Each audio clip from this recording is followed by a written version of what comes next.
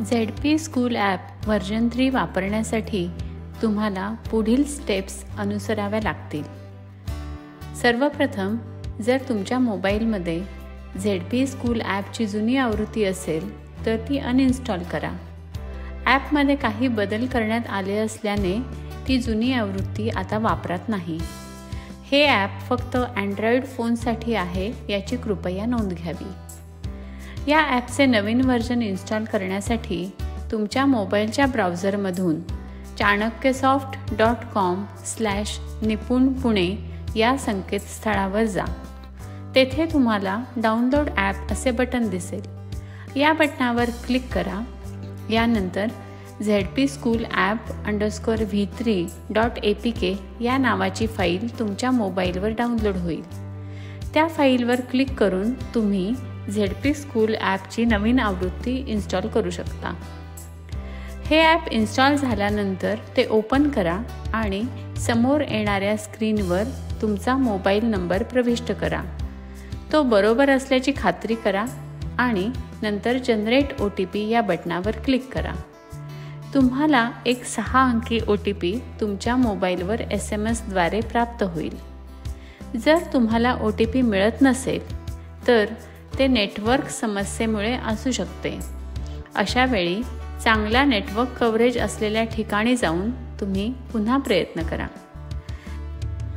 प्राप्त झालेला OTP प्रविष्ट केल्यावर व्हेरीफाय OTP या बटनावर क्लिक करून लॉग इन करताना जर तुम्हाला you are not registered, please contact your school management or headmaster for registration असा त्रुटी संदेश दिसत असेल तर तुम्हाला तुमच्या मुख्याध्यापकांशी संपर्क करावा लागेल. त्यांना मुख्याध्यापक पोर्टलवर जाऊन डॅशबोर्ड मेनूमधील शिक्षक व्यवस्थापन या पर्यायातून त्या शाळेसाठी तुमची नोंदणी करावी लागेल आणि नंतर तुम्हाला तुमचे वर्ग असाइन करावे लागतील. नोंदणी प्रक्रिया आणि क्लास असाइनमेंट प्रक्रिया पूर्ण झाल्यानंतर तुम्ही तुमचा मोबाईल नंबर आणि OTP प्रविष्ट करून लॉग इन करू शकता. लॉग इन झाल्यावर तुमचा डॅशबोर्ड ओपन होईल व स्क्रीनवर तुमचं आणि शाळेचं नाव दिसेल. त्याखाली आतापर्यंत झालेल्या अभ्यास चाचणीसाठीचे तारखेनुसार टॅब दिसतील, जसे की 17 एप्रिल, 27 जून, 27 जुलै इत्यादी. ज्या तारखेच्या चाचणीसाठीचे स्तर तुम्हाला नोंदवायचे आहेत त्या टॅबवर क्लिक केल्यावर मुख्याध्यापकांनी तुम्हाला असाइन केलेले सर्व वर्ग दिसतील.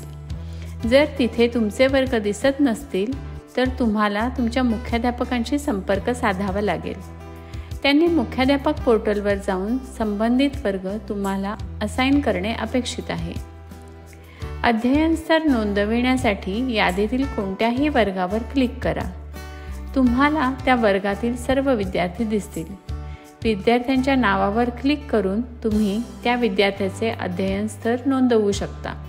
इतकं केल्यानंतर तुम्ही सहजपणे ZP स्कूल ॲप व्हर्जन 3 वापरू शकता.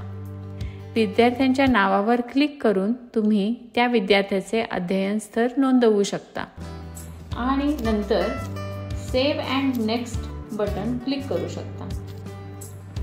अशा तऱ्हेने तुम्ही सर्व विद्यार्थ्यांचे अध्ययन स्तर क्रमांक नोंदवू शकता.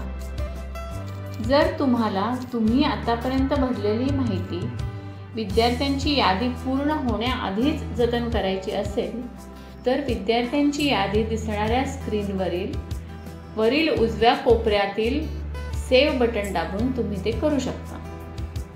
जर एखादा विद्यार्थी अध्ययन चाचणीसाठी अनुपस्थित असेल तर स्टेटसमध्ये प्रेझेंटच्या ठिकाणी ॲब्सेंट हा पर्याय निवडा.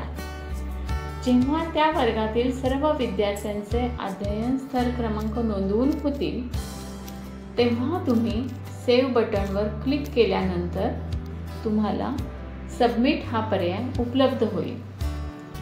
जर एखाद्या विद्यार्थ्याच्या अध्ययन स्तर क्रमांक नोंदणीमध्ये चूक झाली असेल तर तुम्ही त्या विद्यार्थ्याच्या नावावर क्लिक करून त्याचे अध्ययन स्तर क्रमांक परत नोंदवू शकता. दुरुस्तीनंतर बदल केलेली माहिती परत सेव्ह बटन क्लिक करून जतन करणे आवश्यक आहे. त्यानंतर तुम्ही ही माहिती कायमस्वरूपी ZP कडे सुपूर्द करण्यासाठी सबमिट बटनवर क्लिक करा. एकदा सबमिट केल्यानंतर विद्यार्थ्याच्या अध्ययन स्तर क्रमांक नोंदणीमध्ये कोणताही बदल करता येणार नाही. सबमिट करताना नोंदविलेले विद्यार्थ्यांचे अध्ययन स्तर क्रमांक हे ग्राह्य धरले जातील. या प्रकारे तुम्ही तुमच्या सर्व वर्गातील विद्यार्थ्यांचे अध्ययन स्तर क्रमांक नोंद करू शकता.